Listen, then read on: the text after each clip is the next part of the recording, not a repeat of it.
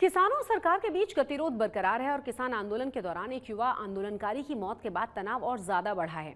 हालांकि 2 दिन से पंजाब हरियाणा का शंभू और खनौरी बॉर्डर शांत है, क्योंकि किसानों ने 2 दिन के लिए दिल्ली मार्च का जो प्लान था वो टाल दिया था। इसी बीच आज किसानों ने पंजाब में काला दिवस मनाया है। उसके तहत अलग अलग शहरों में विरोध प्रदर्शन किया गया।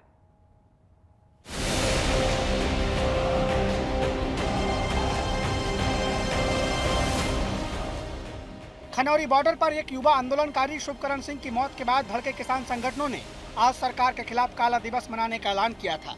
लिहाजा पंजाब के कई शहरों में आज आक्रोशित किसान सड़कों पर उतरे और काली पट्टी बांधकर विरोध प्रदर्शन किया। ये 2 तस्वीरें पंजाब के अमृतसर और फरीदकोट जिले की है। दोनों जगहों पर किसान संगठनों ने सड़कों पर उतरकर सरकार के खिलाफ प्रदर्शन किया। अमृतसर में किसानों ने गोल्डन टेम्पल के सामने प्रदर्शन किया और सरकार से दोषियों पर कार्रवाई की मांग की। वहीं फरीदकोट में किसानों ने पगड़ी पर काली पट्टी बांधकर प्रदर्शन किया। किसान नेताओं ने सरकार से कहा कि वो उनकी मांगों पर जल्द फैसला ले, नहीं तो ये आंदोलन और तेज होगा। सारी जड़ी मेजोरिटी के नाल असीं दिल्ली में जावांगे। दिल्ली साडी कैपिटल सिटी आ, जिहदे विच सानू जान तो रोकिया जा रहा है। साडे अगे चीन का बार्डर बना दिता गया है, जिसका असीं सख्त शब्दों में निंदा करते हैं। उस दे विरोध दे विच एक कड़ी आ जिहड़ा असीं पिछले दिनों तो विरोध कर रहे हैं, अज भी उस दे विरोध कर रहे हैं। और सारे देश दे विच खट्टर अनिल जोशी जो हरियाणा का जो हैगा मंत्री और नाल दी नाल जिहड़ा अमित शाह हैगा ਉਹਦੇ ਪੁਤਲੇ ਸਾਰੇ ਦੇਸ਼ ਦੇ ਵਿੱਚ ਫੂਕੇ ਜਾਣ ਤਾਂ ਜੋ ਲੋਕਾਂ 'ਚ ਪਤਾ ਲੱਗ ਸਕੇ ਉਸੇ ਸਰਕਾਰ ਦੇ ਜੋ ਕਾਰਨਾਮੇ ਹੈ ਉਹ ਨੰਗੇ ਹੋ ਸਕਣ। ਸੋ ਉਹਦੇ ਬਾਰੇ ਦੇ ਵਿੱਚ ਕੱਲ ਇਹ ਜਿਹੜਾ ਬਹੁਤ ਵੱਡਾ ਫੈਸਲਾ ਸਾਰੇ ਭਾਰਤ ਦੀਆਂ ਜਥੇਬੰਦੀਆਂ ਨੇ ਜਿਹੜਾ ਲਿਆ ਸੀਗਾ। ਤੋਂ ਸਾਰੇ ਭਾਰਤ ਦੇ ਵਿੱਚ ਅੱਜ ਜਿਹੜੇ ਥਾਂ ਤੇ ਤਹਿਸੀਲ ਪੱਧਰ ਤੇ ਜ਼ਿਲ੍ਹਾ ਪੱਧਰ ਤੇ ਜਿਹੜੇ ਸਾਰੇ ਹੈ ਪੁਤਲੇ ਜੋ ਸਾੜੇ ਜਾ ਰਹੇ ਹੈ। दरअसल शुभकरण की मौत के बाद किसान संगठनों ने गुरुवार को चंडीगढ़ में बैठक की थी और शुभकरण की मौत की निंदा करते हुए इसके लिए हरियाणा सरकार को दोषी ठहराया था। किसान संगठनों ने आज के प्रदर्शन के अलावा 2 बड़े और प्रदर्शनों का ऐलान किया है। इसके तहत 26 फरवरी को दिल्ली जाने वाले रास्तों पर ट्रैक्टर मार्च और 14 मार्च को दिल्ली के रामलीला मैदान में बड़ी रैली करने का ऐलान किया है। 26 फरवरी को पूरे देश के जो ट्रैक्टर हैं वे ट्रैक्टर लेके अपने हाईवे पर जाए। अपना जिला अपना ट्रैक्टर जो भी नेशनल हाईवे स्टेट हाईवे वहाँ पे हो उस पर जाए, ट्रैक्टर को खड़ा करें, दिल्ली की तरफ उसका मुंह खड़ा करें। उससे ये रहेगा कि हमारा रोष है और ट्रैक्टर लेकर भी हम जा सकते हैं। ये हमारा प्रदर्शन रहेगा। दूसरा 14 मार्च को भारत सरकार स्टेट गवर्नमेंट कोर्ट ये कह रहे हैं कि जी बगैर ट्रैक्टर के आप चले जाओ, तो हम 14 मार्च को बिना ट्रैक्टर के दिल्ली में जाएंगे, अपनी मीटिंग करेंगे। 1 दिन का हमारा प्रोग्राम है पूरे स्कीम का। किसान नेताओं ने आरोप लगाया कि केंद्र सरकार उनके आंदोलन को कुचलने की कोशिश कर रही है। इनका आरोप है कि किसान नेताओं से जुड़े सोशल मीडिया अकाउंट को जानबूझकर बंद करवाया जा रहा है। को मालूम होगा एक्स ट्वीट को मोदी सरकार ने हुक्म दिया भी जितनी भी पोस्टें हैं किसान आंदोलन की वो डिलीट कर ली जाए। बेशक उन्होंने कहा भी हम इंटरनेशनल लेवल पे नहीं करेंगे, देश लेवल पे जितनी भी हमारी पोस्टें थी वो डिलीट करवा दी गई हैं। दूसरा, लगभग 175 के ज्यादा जो सोशल मीडिया अकाउंट थे वो बंद करवाए गए। इधर आज हरियाणा के हिसार में किसान बड़ी संख्या में जुटे, जिसके बाद वहां हालात तनावपूर्ण बने रहे। दरअसल खेड़ी चोपटा में किसान खनौरी बॉर्डर की ओर जाने के लिए इकट्ठा हुए थे। इस दौरान किसान और पुलिस में टकराव शुरू हो गया। एक तरफ पुलिस ने प्रदर्शनकारी किसानों को तिरबेतर करने के लिए आंसू गैस के गोले दागे, वहीं प्रदर्शनकारियों की तरफ से पुलिस पर पथराव किया गया। तनाव की स्थिति को देखते हुए पूरे इलाके में सुरक्षा कड़ी कर दी गई है और बड़ी संख्या में पुलिस बलों के साथ साथ अर्धसैनिक बलों के जवानों को भी तैनात कर दिया गया है। कैसे हरियाणा पुलिस और साथ के साथ जो पैरामिलिट्री फोर्सेस हैं यहाँ खेड़ी चौपटा चौक में इकट्ठी हुई हैं, क्योंकि दूसरी तरफ मैं आपको दिखाना चाहूंगा यहाँ हजारों किसानों का जमावड़ा है हरियाणा के, जो आज यहाँ पर इकट्ठे हुए थे खनौरी बॉर्डर कूच करने के लिए। आप आज तक पर एक्सक्लूसिव तस्वीरें देख सकते हैं, यहाँ हालात कितने नाजुक हो चुके हैं। अभी यहाँ 3 से 4 जो हरियाणा के किसान नेता थे उनको पुलिस ने डिटेन कर लिया। उसी को देखते हुए आप देख सकते होंगे कि कैसे भगदड़ वाला और तनावपूर्ण यहाँ माहौल है। आप देख सकते हैं कि हरियाणा पुलिस ने किसानों की तरफ कूच कर ली है डिटेन करने के लिए। वहीं कुछ किसानों ने हरियाणा पुलिस की तरफ उनकी जो बसें थी जिसमें भर भर कर किसानों को लेकर जाया जा रहा था, वहां पत्थरबाजी की थी। आप देख सकते हैं पंजाब और हरियाणा के बॉर्डर पर किसान अब भी जमे हुए हैं, जो एमएसपी की मांग पर अड़े हैं। खनौरी और शंभू बॉर्डर पर डटे हैं, जो एक बार फिर दिल्ली कूच करने के लिए तैयार हैं। खनौरी बॉर्डर से अनमोल बाली, और चंडीगढ़ से मंजीत सहगल के साथ आज तक ब्यूरो। 21 फरवरी को खनौरी बॉर्डर पर हुई किसान की मौत पर अब सियासत भी तेज हो चुकी है और पंजाब सरकार ने मृतक के परिजनों को 1 करोड़ रुपए की मदद का ऐलान कर दिया है। साथ ही साथ परिवार के एक सदस्य को सरकारी नौकरी का भी वादा किया गया है। इसी मुद्दे पर बीजेपी और विपक्षी दोनों ही एक दूसरे पर सियासत करने का आरोप लगा रहे हैं।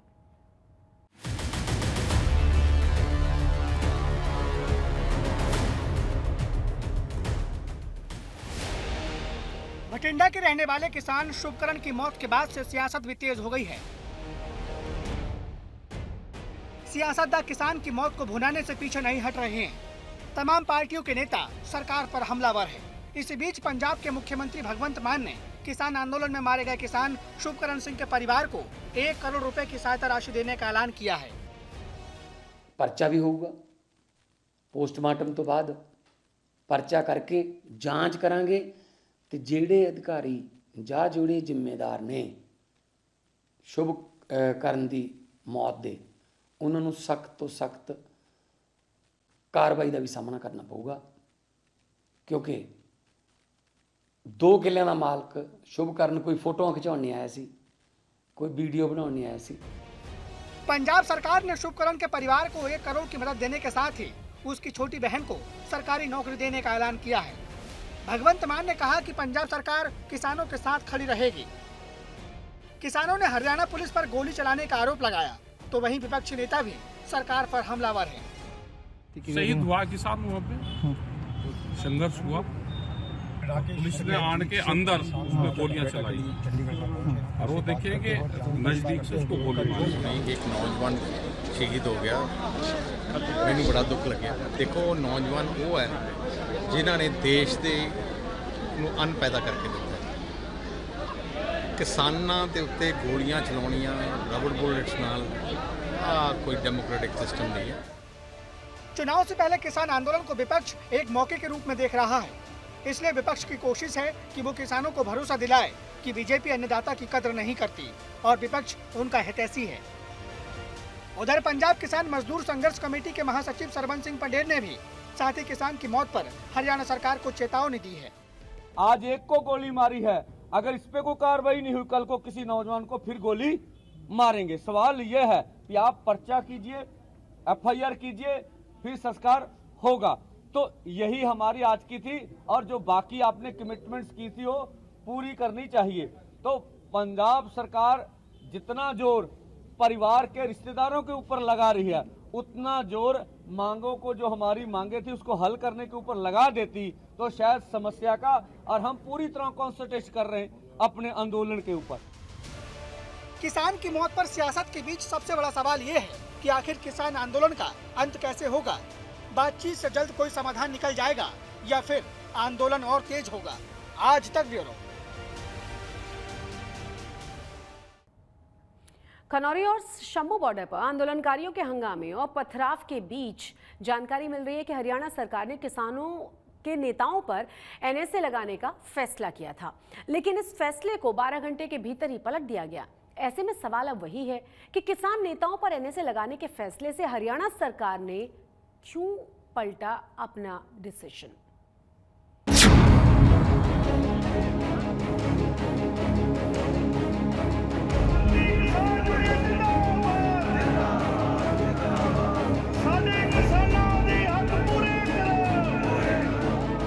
पंजाब हरियाणा सीमा पर किसान आंदोलन से तनाव की स्थिति है। इस बीच पंजाब के किसानों का साथ जब हरियाणा के किसानों ने दिया तो हरियाणा सरकार ने एक्शन लेते हुए अंबाला में आंदोलन में सक्रिय रूप से शामिल कुछ प्रदर्शनकारी किसान नेताओं पर कल NSA यानी राष्ट्रीय सुरक्षा कानून लगाने का आदेश जारी किया। लेकिन इस आदेश के जारी होने के 12 घंटे के अंदर पुलिस ने इसे पलट दिया। दरअसल किसान नेताओं पर सरकारी संपत्ति को नुकसान पहुंचाने के आरोप में बीती रात अंबाला पुलिस ने कुछ किसान नेताओं के घर पर NSA लगाने का नोटिस चिपकाया था, मगर कुछ ही घंटों बाद अंबाला पुलिस ने अपने इस विवादित फैसले को वापस ले लिया। ये फैसला नहीं लिया गया था कि रासुका लगाया जाएगा नेशनल सिक्योरिटी एक्ट। इसके बारे में विचार विमर्श चल रहा था और मात्र विचार विमर्श ही चल रहा था, जिसको अभी हम लोगों ने रिकंसिडर किया है और अभी हम लोगों ने यह निर्णय लिया है कि फिलहाल इस विषय में आगे अभी कोई कार्रवाई नहीं की जाएगी। और मैं सभी जितने भी प्रोटेस्टर्स हैं और उनके नेता हैं उनसे हरियाणा पुलिस की तरफ से अपील करूंगा कि वो कानून को अपने हाथ में ना लें और कानून व्यवस्था बरकरार रखने में हमारा सहयोग करें। इससे पहले अंबाला पुलिस ने कहा था कि उसने राज्य की सीमाओं पर चल रहे विरोध प्रदर्शन में शामिल हरियाणा के किसान नेताओं के खिलाफ एनएसए के तहत कार्रवाई शुरू कर दी है और ये कार्रवाई आपराधिक गतिविधियां रोकने और कानून व्यवस्था बनाए रखने के लिए अमल में लाई भी जा रही है। किसानों से मेरी यही अपील है कि लॉ एंड ऑर्डर हाथ में ना लें, कानून व्यवस्था को समझें, शांति बनाए रखें, अननेसेसरी जो है किसी तरह का कोई हमारे लिए भी परेशानी ना करे। अगर लॉ एंड ऑर्डर मेंटेन रहेगा, शांति बनी रहेगी तो हमारी तरफ से कोई किसी तरह का अननेसेसरी एक्शन नहीं लिया जाए। हालांकि आज किसान नेताओं पर से एनएसए लगाने वाले आदेश को वापस लेने के साथ ही हरियाणा पुलिस किसानों को हिदायत भी दे रही है कि किसान लॉ एंड ऑर्डर हाथ में न ले, क्योंकि अगर शांति व्यवस्था बनी रहेगी तो कोई कानूनी कार्रवाई नहीं की जाएगी।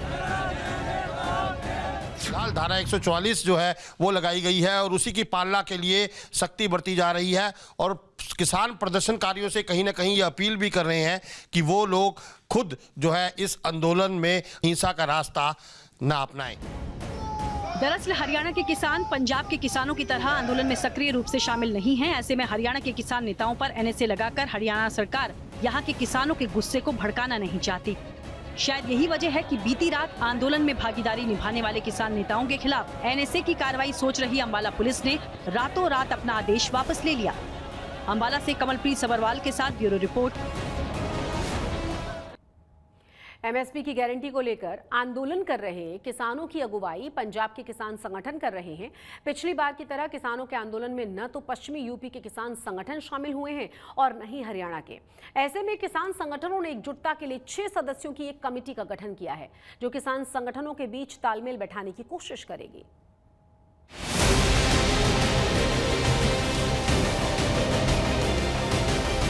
हाँ, अभी एकजुटता नहीं हुई, एकजुटता नजर नहीं आती।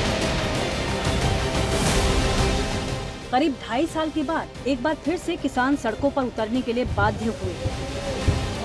पिछले 11 दिनों से किसान संगठन फसलों पर एमएसपी गारंटी की मांग को लेकर सड़कों पर उतरकर मोर्चा खोल चुके हैं।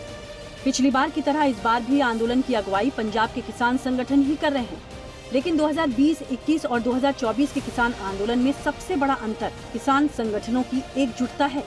कल जब संयुक्त किसान मोर्चे की बैठक में देश के अलग अलग किसान संगठनों के नेताओं ने शिरकत की तो आंदोलन को लेकर उनके बीच के मतभेद सामने आ गए। ऐसे में किसानों के बीच आपसी तालमेल को बढ़ाने के लिए 6 सदस्यीय कमेटी का ऐलान किया गया है। मेंबरों की एक कमेटी बनाई है, उन लोगों से बातचीत करेंगे। ये यहाँ की गठबंधन है, ये भी रहेंगे जो एसकेएम के और लीडर है, ये बातचीत करके और फिर दोबारा से सब लोग इकट्ठा हो। जो लोग दिल्ली से इकट्ठा आए वे दोबारा लोग फिर इकट्ठा हो। दरअसल इस बार किसान आंदोलन में ज्यादातर किसान संगठन पंजाब से हैं और पंजाब के ही अलग अलग जिलों के किसान दिल्ली कूच करने के लिए हरियाणा के बॉर्डर्स पर डेरा जमाए बैठे हैं। पिछली बार की तरह इस बार न तो टिकैत के नेतृत्व वाला पश्चिमी यूपी का किसान संगठन सक्रिय है और न ही हरियाणा का चढ़ूनी ग्रुप पंजाब के किसान संगठनों के साथ कंधे से कंधा मिलाकर चल रहा है। लेकिन किसान संगठनों को भरोसा है कि उनके बीच के मतभेद जल्द ही सुलझा लिए जाएंगे। 6 सदस्यों की एक कमेटी बनाई है, जो कमेटी बातचीत करेगी उन साथियों से जो एसकेएम गैर राजनीतिक हैं या उधर किसान मजदूर मोर्चा के संगठन जो एक्चुअली आंदोलन कर रहे हैं, और इसके बाहर अगर कोई संगठन होगा उनसे भी करेंगे कि एसकेएम के साथ मिलके एसकेएम में आके एसकेएम एक साथ होके हम सभी मुद्दे जो हैं किसानों के उसको एक साथ लड़ें। कल की बैठक के बाद सभी किसान नेताओं ने सैद्धांतिक रूप से पंजाब के किसानों का समर्थन किया है, लेकिन फिलहाल उन्होंने सड़कों पर उतरकर सरकार के खिलाफ मार्च करने से दूरी बनाई हुई है। किसान संगठनों ने सरकार के खिलाफ एकजुट होकर 2 बड़े प्रदर्शनों का ऐलान जरूर किया है। 26 तारीख को ट्रैक्टर मार्च का हाईवे के ऊपर ट्रैक्टर खड़े करना और WTO का पुतला फूकने का दिया हुआ है। 14 तारीख मार्च को रामलीला ग्राउंड के अंदर महापंचायत की कॉल दी। इधर सरकार ने फिर दोहराया है कि वो किसानों से बात करने के लिए तैयार है। वित्त मंत्री निर्मला सीतारमण ने कहा है कि किसानों की मांगों पर बात करने के लिए 3 मंत्रियों की एक कमेटी बनाई गई है, जो किसानों के साथ लगातार बातचीत कर रही है। चंडीगढ़ से मंजीत सहगल और कमलजीत संधू के साथ ब्यूरो रिपोर्ट।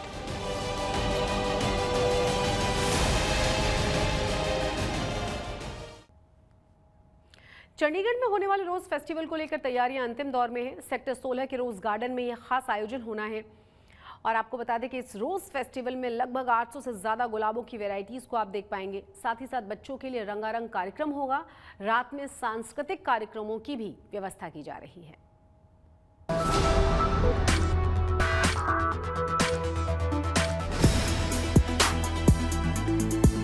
फरवरी का महीना वैसे तो प्यार, मोहब्बत और दोस्ती का महीना माना जाता है।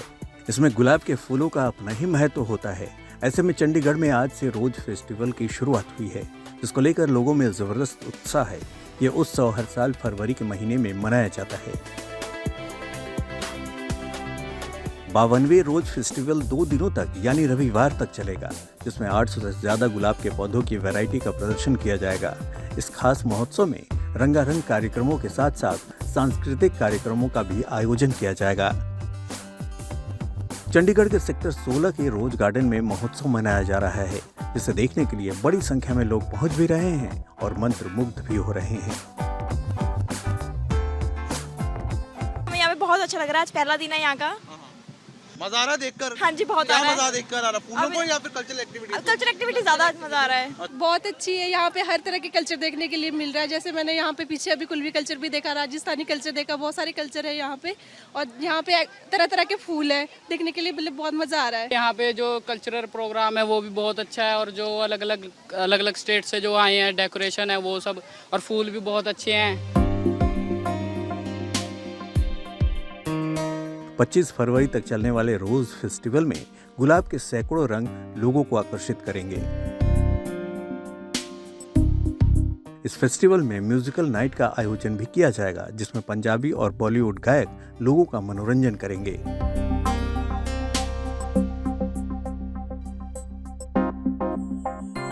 रोज फेस्टिवल में यहाँ पर खासी रंगत है वो देखने को मिल रही है। वीडियो जर्नलिस्ट गुंजीत कुमार के साथ ललित शर्मा, चंडीगढ़।